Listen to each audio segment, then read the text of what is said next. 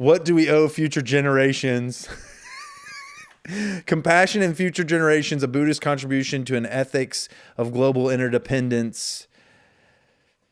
What do you think we owe them? Phails at philosophy. All right, so here's the thing. I don't think he even asked that. Like, that's the title of the question, but he never asks, what do we owe? He says, how do we get an ethic that helps us recognize that we owe something to future generations? Well, in the beginning, he doesn't even say that. In the beginning, he says, hey, man, just let people continue to develop, and the problems that we experience now won't even be problems then. Well, he says we don't know that that's the case, right? Like part of it. Well, he says we don't know them. They can't help us decide anything, and they don't exist. They don't exist.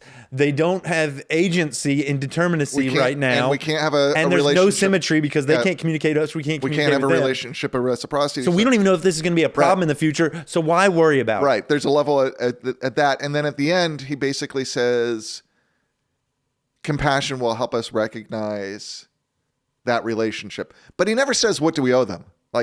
Like he never is addressing what we owe them, right? He just is like, how do we get to a way that we understand that we owe them something? I mean, it doesn't seem like right now we're leaving folks a better world than we were presented with.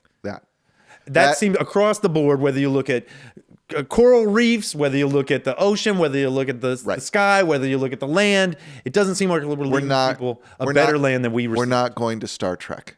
Yeah. We're not. That's not the direction we're going. So I don't know. I think we do owe them something, but I don't think we're going to get there. I don't think we're going to do anything as a mass of people. Yeah, and I think what he ultimately, if there is an answer to that, it's that we owe them our compassion.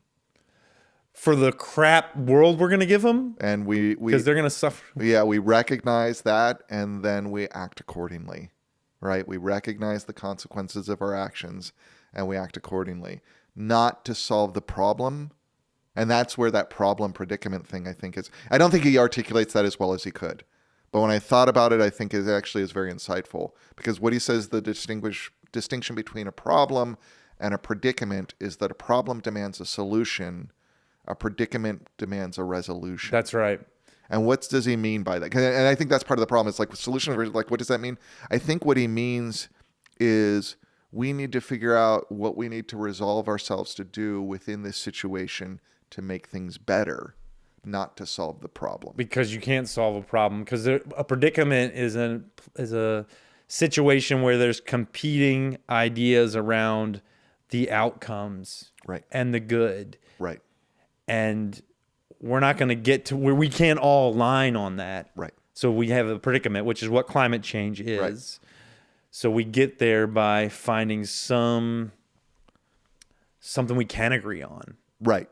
Right. Well, and understand the agreement to be through these networks of relationship, not through a system that defines it for everyone. That's the important of that. Remember that diversity and equity section that he has right toward the end, where he says we need to lean into these two values. Uh-huh.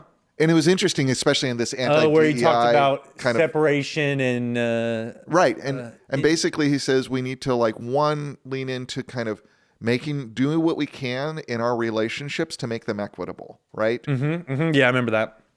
And then the second part of that is diversity, which is actually about, in what the way he's articulating, recognizing that we have different goods, we have different outcomes, we're all seeking different things, and that's okay. And we may need to operate in a system where we're not all lining up and going in the same direction, but we're attending to our relationships as best they can. Understanding the way we attend to that is going to look very different.